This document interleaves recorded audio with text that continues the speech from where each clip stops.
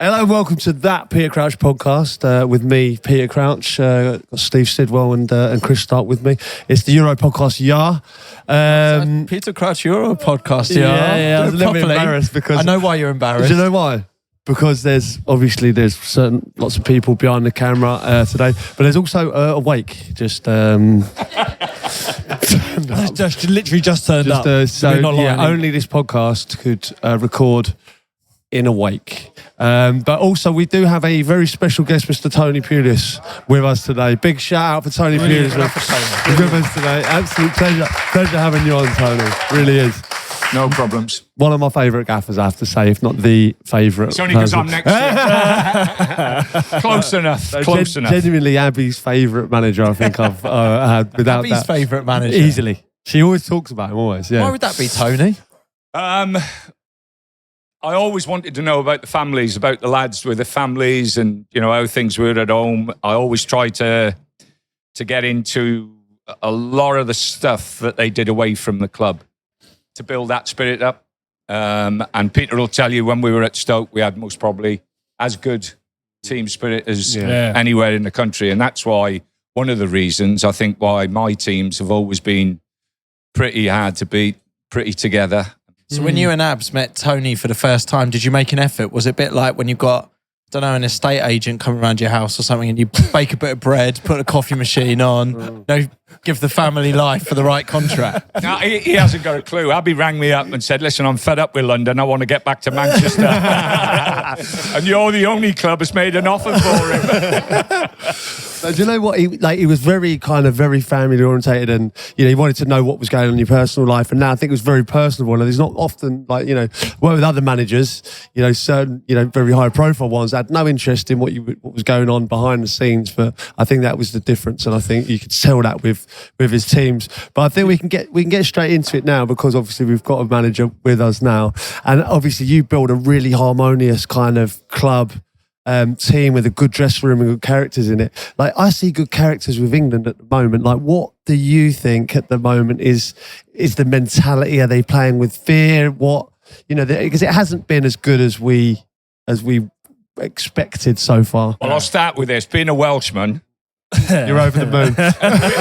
Being born in the 50s, every time there's a European Champions tournament or a World Cup, everybody in England thinks England are going to win it. There's only been one time they've done it. And everybody gets so surprised when they go there and they don't win it, which amazes me. But it's true. Let's go. It's so true. It really is. The expectancy of the nation is always, we're going to win this. We're going to bring it home. Well, we're favourites this year, right? And we haven't won it for 50 years. We haven't won anything for 50 years. But we do have an amazing side. We do have a really good side. No, and I know lots of others do. And can you put your finger on kind of why it isn't quite clicking? Well, firstly, I'm absolutely delighted they've got through the first stage. I think Gareth and the lads, they've not played well, but they've finished top of their table, which is fantastic. That's the first step. The next step now is to play against Slovakia. And what a draw that is. That is an absolutely amazing draw. I think there's two things. I think the weight of pressure, Pete, you've been away with England, the weight of pressure from all round the country, and I'm talking about all the clubs, all the areas, whether you go down to Cornwall or you go up to the northeast, the weight of expectation is enormous. And the players have got to, in some ways, forget about that and go out and play to the best of their abilities. I think they've got a fabulous team. I think the balance of the team is not quite right at the moment. I don't think you have to be a brain surgeon to see that. And he's got to find the balance. Balance is so important to teams. He's got to find that. But, fingers crossed. And I'm a very proud Welshman. But I want Scotland to do well. I want England to do well. I want Ireland to do well. Anybody in these Isles, in these British Isles, if they go away from home, I'm always pro those teams. And it'd be absolutely fantastic. I think it'd be fantastic for the country, but also fantastic for the coaches, the British coaches, the English coaches, for a team in England to actually win the Euros. Yeah, to win it, yeah. Your teams, obviously, were the team we played. I remember, obviously, Jermaine Pennant and Matthew Everton being on the wings and like loads of balls into the box. With England at the moment, do you feel like it becomes quite congested? Centrally, like, do you think we could get more with? Like, could you play an Anthony Gordon or Saka, or even play those wingers on the sides where they get crosses in? Well, I think he's going. I personally, I don't know, but I personally think he's going into the tournament hoping that Shaw would be fit. I think if he plays Shaw on the left-hand side, what they'll do, they'll fluctuate them between a 3 when they get the ball. And then when they haven't got the ball, they'll drop it back into a 5. So Shaw would push on. He'd have Foden coming inside the pitch in those little pockets on the left-hand side. On the right-hand side, he would keep Saka as wide as possible, and Walker wouldn't attack that space. He'd leave that space for Saka. So he'd almost make a 3. And then you'd have the 2 holding midfield players and the 5 up front. Yeah. So he's almost looking for a 3-2-5, which, again, is very, very attacking. They haven't looked that way at the moment. And I do think if they can get Shaw fit, I think you'll see a difference. Yeah, okay. Well, do you think it's time for Gareth Southgate to bring back the waistcoat? Because obviously this hasn't worked so far, and obviously you were very much a tracksuit manager. My cap. The cap. My cap always worked. What was I was going bold, so I thought I'd stick a cap on. No, was that a superstition? No, I actually, when I was at Gillingham, which was a long, long time ago, we had a real good run of results. And I'd stuck this cap on, and I kept changing the cap all the time. I remember playing, we won the league that year. We did really, really well. And I didn't wear a cap one game, and I think we lost. And I am really superstitious. You're a tracksuit manager, I think it's fair to say. Did it kind of keep a certain mentality with yourself? Is there something in what Crouchy's saying here about Gareth bringing back the waistcoat? It worked so well for him before. It'd be a bit like you changing up your clobber, Yeah, Gareth's got to do what Gareth's got to do. Tony Pulis had to do what he had to do. Look, we talk about football now, and we talk about football or management when I started. I mentioned Gillingham, and I'll give you one quick story about how things have changed. We go into pre-season, we signed a lad called Leo Fortune West. Yeah, he's bigger than Crouchy. Didn't have as good a touch as Crouchy. But Leo, we took him out to non-league for £5,000, and we'd gone to Margate for 3 days. This was the team building stuff, 3 days. 2 lads sleeping in a little bed each. And we trained on the roughest surface, some parks pitch and everything else. Anyway, worked really hard, came back. At a Saturday morning, we did the shuttle test. Crouchy's done the shuttle test. He'll tell you what that's like in a minute. And anyway, we go swimming. So we've got a Lido at the bottom of the ground. So we walk all the way down to the Lido. And Leo comes over to me and he says, "Gaffer, I can't swim." And I go, "Leo, you've got to, mate. You've just joined this club. You've seen what the spirit's like. You've got to try." He says, "Yeah, but I can't swim." So I said, "You've got to try." So we split the teams up. This is in a very, very deep Lido. So we split the teams up. We got 2 up the top end, 2 down the bottom, 4 teams and all. He belly flops in. And after about 10 seconds, we realise he ain't coming up. He can't swim. The lads go in. Well, Generally pull him out, sit him on the side. And honestly, the credence he got, after that piece. He had to go. Because he had to go. He couldn't do it. And he didn't walk away from it. He just had to go. If I did that today, I'd be locked up. I'd be in jail now. But that was what it was like back then. And that team spirit, I don't think does any harm whatsoever. And I think, if anything, we've maybe lost that a little bit. Do you feel we had that with England last tournament? They're all on the unicorns, and there was all the stuff coming out of there from the swimming pool. There's this fun stuff that we're seeing out of there, but it doesn't seem to be connected with the same way with fans as perhaps the negative conversations around the football has been. And also, is there a role, Crouchy, in how the media, pundits, commentators are talking about the England team as well, in sort of helping with the temperature around this whole thing? Yeah, no, I think definitely that the people have a responsibility, and I think sometimes we're gooey of it ourselves. Like when we do this podcast, it's just us. It's like we're in a group of mates having a beer, and we can get a bit loose. And I think sometimes, like obviously describing. That's why I'm drinking water. I've seen you loose as well. I think like describing obviously a performance as shit, obviously as Gareth Lineker did. It's easy to do on a podcast because it feels like you're very kind of safe. It's like you're in an environment where you're a bit looser. You wouldn't have said that on the BBC. But then it gets reported. Then it gets reported by the BBC. Yeah, exactly. And I understand why that's happened. But then obviously that Harry Kane's had to come out and answer the question about it, and it's not helpful. It's not helpful. Yeah, because in a press conference, when it's then quoted back at you, you're so right. Like when we have a beer, we say things like, it's pub chat. But then to be quoted out you as a press conference almost as a question, Gary Lineker has described your performance as shit. Scenario, it's not like Gary Lineker saying it on the BBC. He's saying it on a podcast. On that press conference, it was a loaded question, wasn't it? They were starting the rift from the players to the press. But as pundits, and we'll know because we do it, as long as you're constructive with the criticism, because you're there to analyse the performance, then that's fine. But when it's done, because you could have got anyone out of the pub and gone, that was shit. You're right. Do you think manager to manager as well, Gareth is good? I've always thought it's quite a strength of his and how he takes on these questions and how he deals with them. I think he's the perfect manager for England. I think he's done an absolute fantastic job. You have a look at his record, and his record is almost second to none. Apart from Ramsey, who actually won a final, Gareth has done absolutely fantastic. Yeah. He's politically correct. I think he deals with the people in the FA in the right manner. I think his persona may be a little bit, has worn a little bit, but you've got to realise we're in a world of change. Everybody wants change. Nobody is happy with just sitting still from now on. You turn the telly on, you turn it over, you got your mobile phones, you're flicking through things like you can't believe it. For Gareth to have maintained the job and stayed in the job, has been a miracle, really.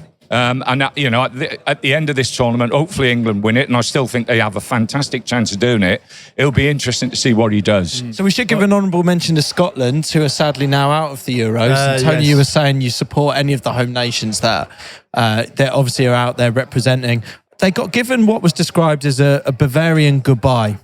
And as they were leaving the team hotel for the final time in front of the press and a splattering of fans, they were leaving. They were obviously upset at the result. It was the day after what was actually quite an entertaining game, I thought. Even if the standard wasn't unbelievable, it was a very entertaining game. They're leaving the hotel and they've got the full Bavarian sort of brass ensemble giving them a proper send-off, but it was all very jolly. But the players are looking sad. And I just wanted to talk about the moment you have to leave a major tournament and... You just want to leave through the back door, don't you? You just want to get out of there, get home. There's nothing worse than going out. Obviously, went out 2006 and 2010 World Cups that I was in. 2010 was disappointing. We got smashed by Germany, and then you just want to get out of there. But the welcoming committee, they do want to do a goodbye as well. Yeah. So they're happy doing it. But obviously the players just want to get their heads down and get their hell out. I think it's a lot of respect as well because they took hundreds of thousands out there, didn't they? I mean, they made some noise and racket, their fans, to follow them around. But I know you're saying it's disappointing for Scotland. I thought Steve did brilliant to get Scotland there, and for the experience that hundreds of thousands of Scottish lads have had and lasses out there has been absolutely remarkable. Apparently, they had normal stuff. They had a great time. They really enjoyed it, but also they blended in with the local areas. From what I can gather, they were really, really, really good.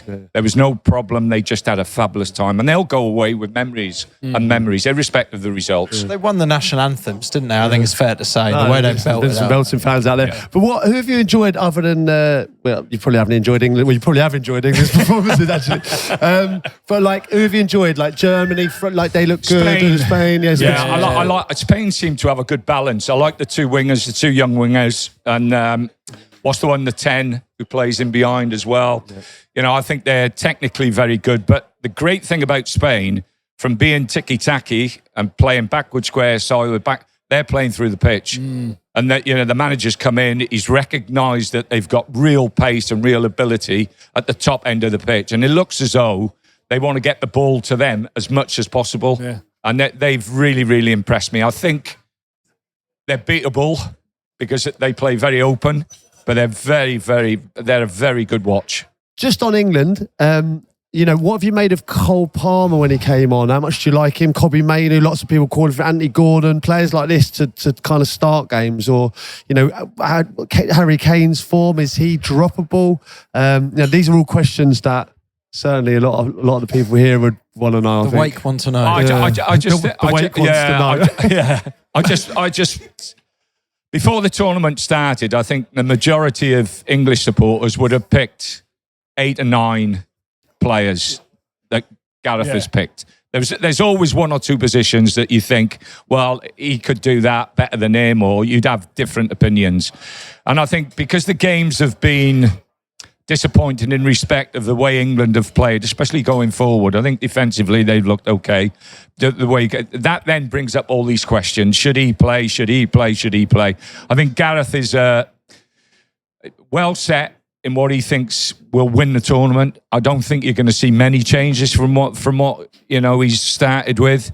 But I have to say the substitutions the other night certainly livened it up. And I think Palmer was outstanding. They have got good subs, and I think if you look at rugby now, rugby union, and I'm a big rugby union man as well. I think they've brought a lot of you can change things at certain times, and they usually change. The people who will tire most. I think England have got good changes, and I think that might be one of the great qualities that Gareth has got over other sides. They've got people who can change the game. They've got leg beaters wide, and they've got goal scorers that can come in, and if it's a bit flat, they can come in and change the game. But I really do think, and maybe apart from maybe 1 or 2 changes, I don't think he's going to change much.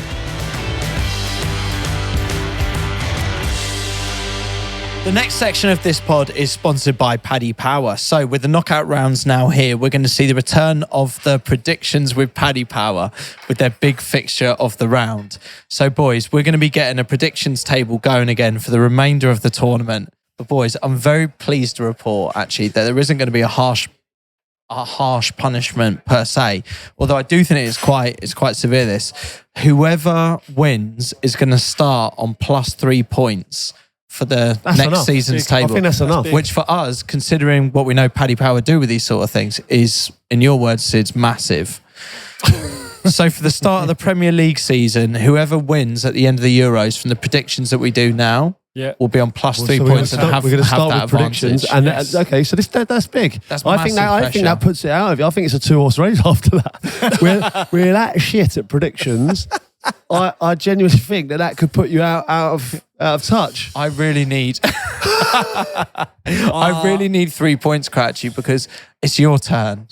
It's my turn. It's your turn. Me and Sid have both you've done been a forfeit. cheerleader, right? Yeah. You've done a naked art class. Yeah. And I've got away with murder so far. It's your And it's turn, only going to get worse and worse. So it's what the people want. let's So go. should we kick this off then? We're going to be doing this for the rest of the Euros. The big fixture this week, sponsored by Paddy Power, it's obviously England against Slovakia. So we've got a load of odds here from Paddy Power that can probably help the discussion on this. I've got to be honest, I've not done my research on Slovakia yet. I don't know too much about them. No. But Crouchy, how are you seeing this one from the off? I think obviously England are big favourites. England are 4-11. 10 against you, £13.64, believe it or not. Slovakia, 17-2. England haven't been great, could be nervy again. England to win in extra time is 8-1, which is not the worst. England to bounce back with a big win, 3-0 for England is 8-1. A 10 against you, £90. Oh, that's good. Do you fancy that though? I wouldn't be going on that. 3-0. Listen, I am an optimist. And I would back England. And I am going to back England, obviously. I'm not going to give away yet, but that's not going to be far from what I'm going to say. Really? Yeah. Wow, okay. Yeah. Mind games already. You're not going to not back England here, but for Slovakia to win, is that right? £10 would get you 95 quid back. I mean... Well, for tenner, isn't it? listen, I'm trying to stay positive on the whole England. I think there is a bit too much negativity. On a personal level, top the group. We've done what we need to do. However, right, it feels reasonable that, doesn't it? What, for Slovakia? I just mean, like, I think it's a bit closer than those odds potentially suggest. I've seen Georgia win against Portugal the other night. Yeah. Like they were brilliant, Georgia, weren't they? Brilliant. Yeah, and from Absolutely. recent I know there was England changes games made, as well, it's got a chance. But come on, England. They've beaten Belgium already. I mean, to be fair, Belgium are the other team, probably with a similar, at this point, fan experience. Did you see Kevin De Bruyne getting booed, by the way? He got player of the match in the Ukraine game and got booed as he was accepting it. I find it really strange sometimes, like the fan reactions to certain teams. Like I know, it is like they've got such a good side, and I think people just expect so much more. But it is tough, and you've got like there's only 3 games, isn't there? You know what I mean? Like the one game is just things just change so quickly. You go from being like a hero to like Bellingham, for instance. Now you know it was like you couldn't do anything wrong, and then now it's like It's all these questions. all question This marks. is the It's just pressure. amazing how quick and how volatile I think it is. I don't think people question the quality of the players as well. I think it's just for whatever reason hasn't clicked, and is not the most important thing, the fact that the quality is there if it is needed and required, and hopefully match with the bigger teams. Don't you think the smaller nations have played with how much less fear they play with? You know, like I was going to say this. So literally Slovakia's goal against Romania, their last one, was a big diagonal pass, 50, 60 yard raking pass to the right winger, one touch, cross, header. Can't get any more simple. On the front foot, getting bodies in the box. They made it look so easy, but the shackles are going to come off for us. I'm all out for England. Come on. All right, well, listen, this is what Paddy Power are going to do, right? They're going to boost the odds on a bet of my choice for each of the big fixture we discussed. You'll be able to find it in the Euros specials section of the Paddy Power site and make the most of the enhanced odds. Right, for this game, England to win, Bellingham to score first, a penalty to be awarded. Paddy Power are going to boost that from 25 to 1 to 28 to 1. So is this the Crouchy bet? Yes, I believe so. Crouchy, you've obviously put this in an email then. Yeah, this is because it's emailed to head office. Right, okay. So just to run and through it will it again. come out. Yeah, run through it again. The Crouchy bet. Yeah, okay. It's England to win. Yep. Bellingham to score first. A penalty to be awarded. Either side. Yes. Yeah. A penalty. Yeah.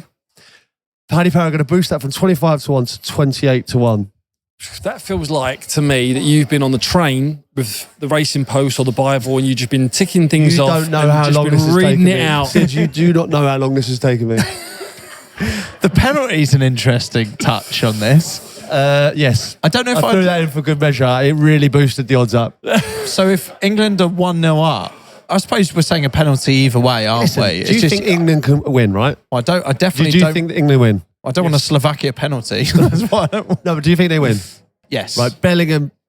I very think much- he's in the running to score. hugely, Yeah, 100%. right? Yeah. Penalty awarded. Yeah. Yeah. Like, it's only 3 things that probably will have, you know. Yeah. No, I hear you. And that's 28 to 1. From 25 to 1 to 28 to 1. Yep. Okay, Yep. cool. All right, a reminder that Paddy Power will also have a free bet builder on England versus Slovakia game 2. Odds correct, time of recording. Please gamble responsibly. Right, anyway, lads, prediction for the game. Who wants to go England, first? Slovakia. Yes. I just love this to be a sort of. I think you're going to go all guns blazing. I think you're going to go 3-0 or something like Coming that. all out. Yeah. What are you saying? Confident. Coming all out. Do you want me to go first? Yeah, go on, Sid. I'm going to go 3-0. Go on, Sid. I'm going to go Harry Kane to score with a header. So if they can, if Paddy Power can do that as a bet builder, there's my bet. Harry Kane to score with a header, 3-0. Someone's so confident like that. It makes you think, We're going to do yeah, it. that's Come going to on, happen. that's What? it. That's what the boys need. I'm going to go bigger, Sid. You're going to go bigger than that? Yeah. I'm going to go. Did you say 3-0? Yeah. I'm going to go 3-0 as well. 3-0 England win. I'm going to go Bellingham to score first Okay. from a penalty. 28 to 1. I'm going to get it all wrapped up and it's going to be in the first 5 minutes. No, but Harry Kane, that means you're not starting Harry Kane. Harry Kane surely got to be taking penalties. No, because Bellingham's going to push him out the way, and because he's a bit confident at the moment. If he gets 3 points at the end of this, I'll be shocked. No, I'm going. Listen, I've learned my lesson here. I think I think we scrape it again. Everyone's fuming. There's a penalty at some point, clearly. There's a penalty, definitely. Yeah. Bellingham will score. And Bellingham's scoring. Yeah, so that's my bet builder. England to win, Bellingham to score, penalty to be awarded. So 1-0. And I think it's I don't think there'll be a huge improvement on the match until we get later down the line in the. Come on, let's have a point of difference. We're saying 3 England wins. You're going 1-0. I'll go 2-0. You go 3-0. Okay. Yeah. Yep. Cool. All right, may the best man win. Okay. We need to settle something that's been doing the rounds quite a lot on social media this week. So Wayne Rooney told a story about how Frank Lampard and John Terry used to get their feet rubbed to sleep. Yeah. From the masseur. From the masseur. Yeah. So a masseur would come in the evening and rub their feet until they went to sleep. Frank Lampard got asked about this and has denied that this happened. We haven't had any word from John Terry yet, but I've got to throw it open, all 3 of you in fact. Is this normal policy with the football club to be able to ask that a member of the coaching team can rub your feet to sleep? Was that Abby on the phone? Pete, have you ever... She's never done that. Firstly, Pete, have you ever asked a member of the England coaching staff to rub your feet? No, to I sleep? haven't asked a And member have you heard of this happening? There is some truth to this. Is there? Yes. Billy was very much a Chelsea man, right? John Terry, Frank Lampard especially used him a lot. And they had like 2-hour massages, so that did happen. That was, I can't confirm or deny that they were massaged and then tucked into bed afterwards. Because obviously I wasn't in the room, but there was rumours. But were you ever offered the experience? No. That was exclusive to Chelsea players only, I believe. Yeah. Okay, so as a Chelsea player, Sid, was this Chelsea policy at the time? So Bill Blood. So the story is that Bill Blood, the masseur, was from Chelsea. So he's. Do you know Bill? No, Do you ever I come don't know across him, Bill? no. Billy McCulloch. He was a Chelsea masseur. So when the lads went away with England, they said to England, look, he's great at what he does. And he used to work on not just... Brilliant for team morale, Bill. he was I don't know. great. Do you know anyone know who Billy Blood is? Chelsea masseur. you've seen He's very stories. famous. Yeah. You would have seen him. He knows, obviously, a Chelsea fan. guy, really good at his But job he as used to well. do stand-up. So when Sven was the manager... Genuinely. So he used to do... so he was basically a masseur, but he was a massive character. Everyone loved him. And Sven used to get up at the end of dinners or meals before a game. He'd go and... now I'm going to hand over to Billy. And Billy would get up and do stand-up comedy. Yeah. Most of his gags were absolutely horrendous. But he'd laugh that much laugh, didn't he? that Yeah, you'd he had a all laugh. just get involved. And it got team morale. So we've got to get Billy on the pod first. Well, we've talked about getting Billy on the pod loads of times. fine. But he was... So this is Writing the it down. guy I'm talking about who then was kind of massaging Frank and John Terry. Allegedly. To sleep. Allegedly.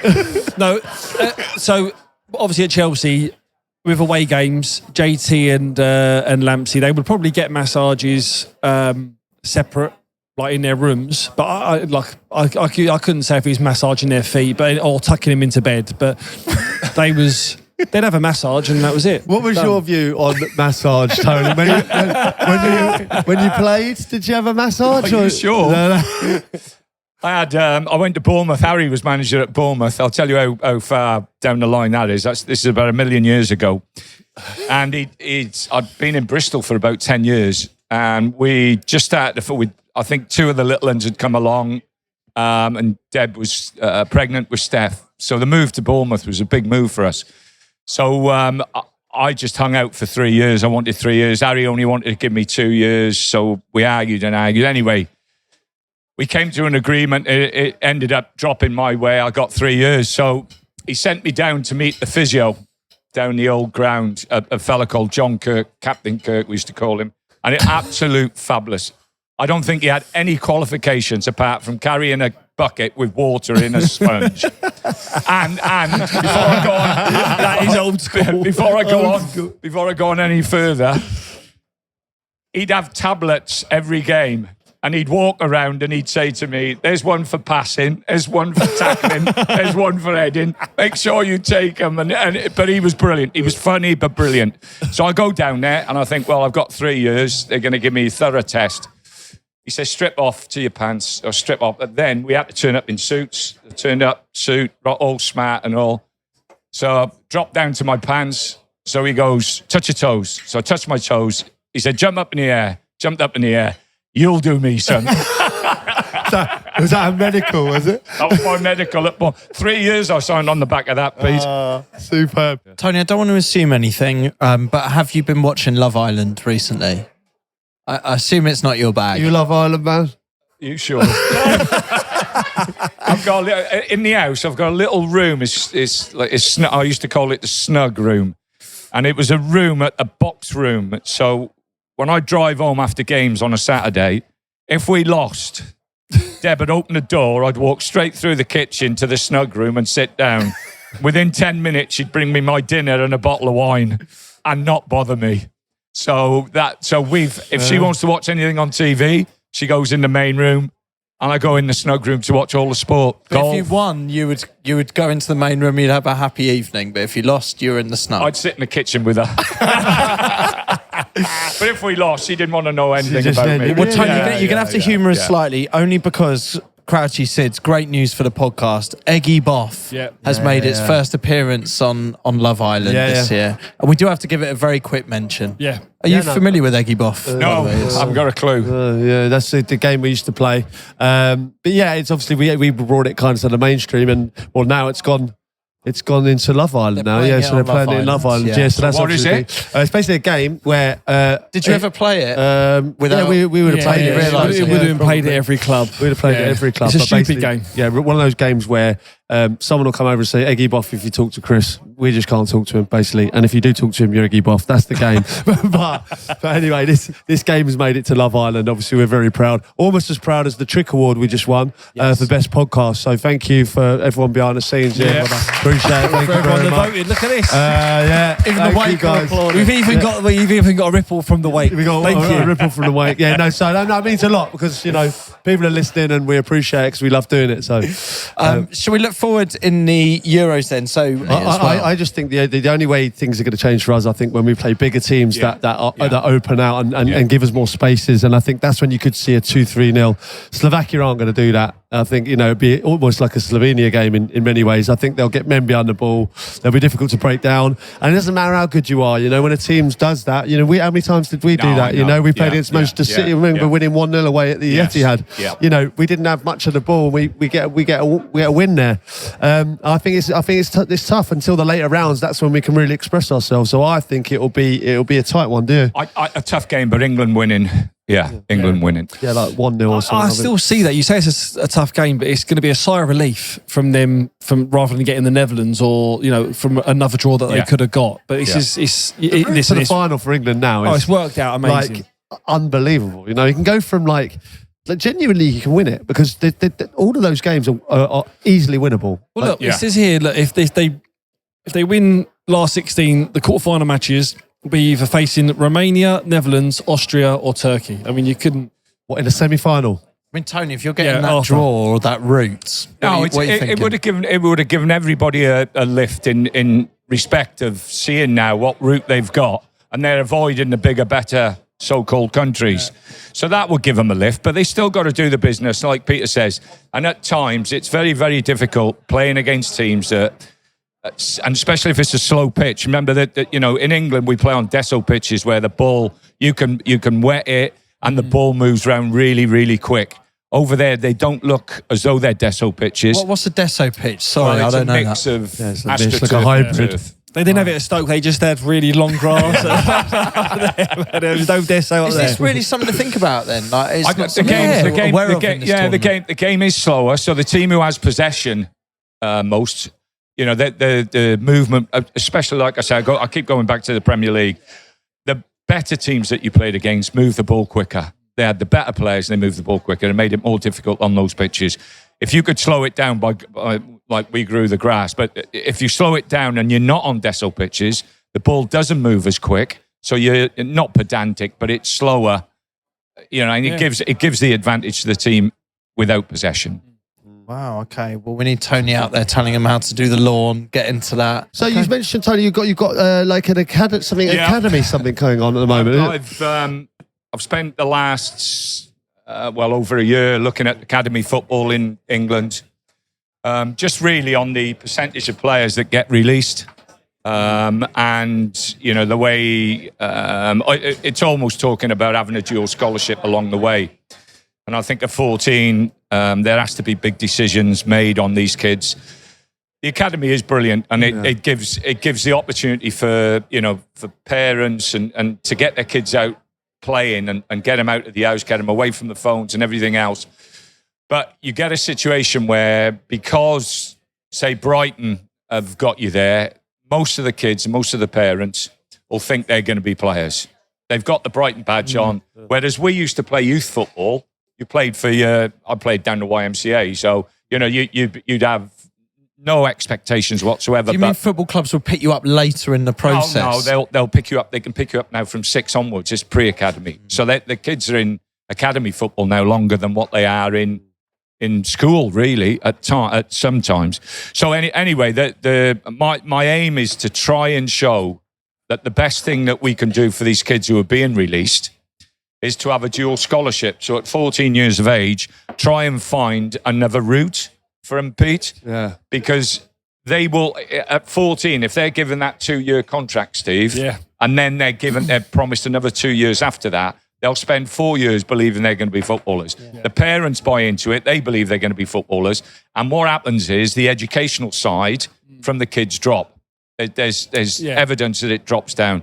Now, what has got to happen is that there's got to be something at 14 that actually provides an opportunity. So if Steve was intelligent in school and you knew he could go on to college and university, you would find something that would personally suit him. And then you got Pete, who's as dopey as sin, couldn't spend enough time outside of school, never mind in school. Yeah. And then you'd find a different avenue. There might be an apprenticeship that you could find that he would enjoy doing.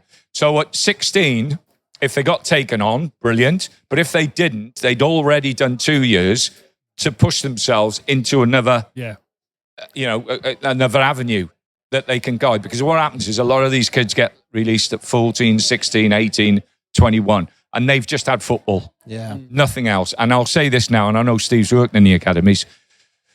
The academy games structure is brilliant. It's brilliant. No problems. But it's run for 2 players at the most in each team. Yeah. So you're looking at 14 players who are not going to make it. And even those players, those 14, are a cut above, your average player. Yeah, so like the remit, Tony's hit the nail on the head there. The remit is, as a coach, you're making the 1 or 2 in that group make it, and so the rest there are there to basically get them through. If the others storm through, develop later on, then so be it. But there's always 1 or 2 or 3 that are earmarked, and the rest are there to just basically guide them. Is this something you're working on then? Is this something you're passionate about? Yeah, I've spent quite a bit of time doing over, and I've been out to see Carlo in Madrid. I've spoke to Pep. I'm speaking to more people. I've spoke to people, ex-players or players. Is this players. part of a TV show? Sorry. Yeah. I'm not sure. Can I say Sky? Yeah, you can say whatever you want. It's going to come out on Sky, hopefully, in the summer before the season starts. Right. But it's ever so interesting. We've been and spoken to parents. Yeah. We've spoken to coaches. We've spoken to one of the most successful clubs in England at producing players. We've sat down with them and spoke to them. We've also been down to the lower leagues as well and spoke to clubs there. We've been outside of football and talked to colleges that regurgitate players who've been released, and seen how the kids develop through that. So they come out, go to college, but still play football. Yeah. And then it's almost like the American system where it's education and sport. So it's been really, really interesting. And I think it's similar to Spain then as well. It's similar, but my big thing is, there's so much money in football in this country compared to other sports. I've spoken to people in at top level at tennis, rugby, cricket, and everything else, and they can't believe how much money is in professional football. There's so much money. I just think we have a duty and responsibility to protect the ones who don't make it. The ones who make it, it's the greatest life in the world, Pete, and it's absolutely fabulous. You don't get a better life, for what it's done for me personally and my family and the wonderful people I've met. I've been the luckiest. I come out of South Wales, 8 of us living in a little terraced house, 4 boys sleeping in one bed, mum and dad in a little box room, and my 2 sisters in the other bed. And now I'm able to look after my wife and children, and my grandchild. I've got 7 grandchildren. We can look after them, and it's all because of football. So football's the greatest game in the world, and I love it to death. But I look at the kids who aspire to be players, who I look at and think they got no chance, but they're being played because of those 2 players, Steve. And let's look after them as well. All right, well said. Right, ladies and gentlemen, Mr Tony Pulis. What a legend. What a legend. Cheers, Pete. What I love when we do these Euros pods or the World Cup pods, Crouchy, is the sort of gimmicks that start appearing throughout it, and the characters and the little things that I feel we as a podcast could be looking to the next Crouch Fest and going, maybe we get them involved in it. Can I bring to your attention, please, the German trumpeter? Yes, you can. Have you seen it? Yes. It's more of a saxophone than a trumpet. It is a saxophone player, to be fair, isn't it? Obviously, potential for Crouch Fest. I think, Crouchy, we were talking before, I think we need this as an England fan base. We need a new gimmick. We need a new fan that stands out and starts going famous for being an England fan. Are you tired of the fella that always gets seen, shown on the telly? I'm not actually tired of him. But I would just like a few more. Someone new. Well, that guy from Germany, the German saxophonist. His name's Andre Schnurrer. Andre Schnurrer. He's been, honestly, the Rudy Voller shirt's unbelievable as well, by the way. And the sax is like, and it gets the party going, doesn't it? It's a good vibe.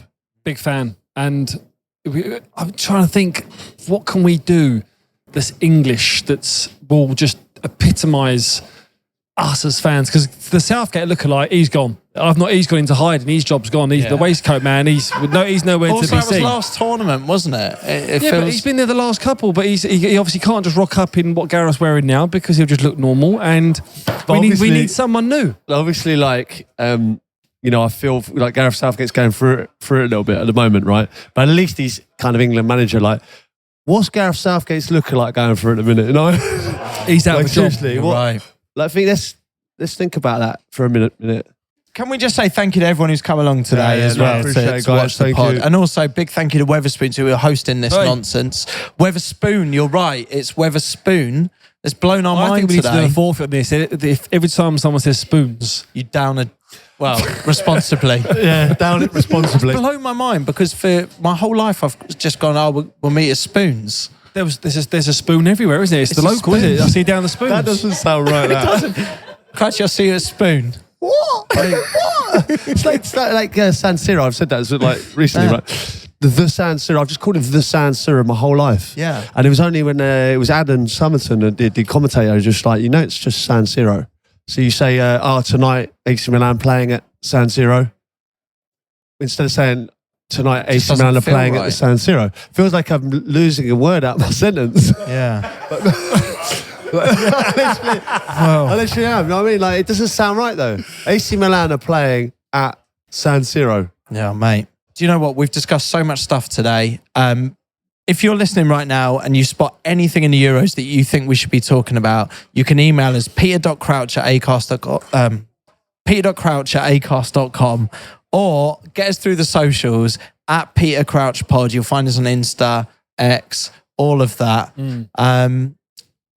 And lads, I think we're done. I think we're there. Tony was amazing, wasn't he? Enjoyed this. Yeah, great guy. Honestly, I really do love him as a human being. He's very hard manager, and lots of other fans probably, have a perception of him.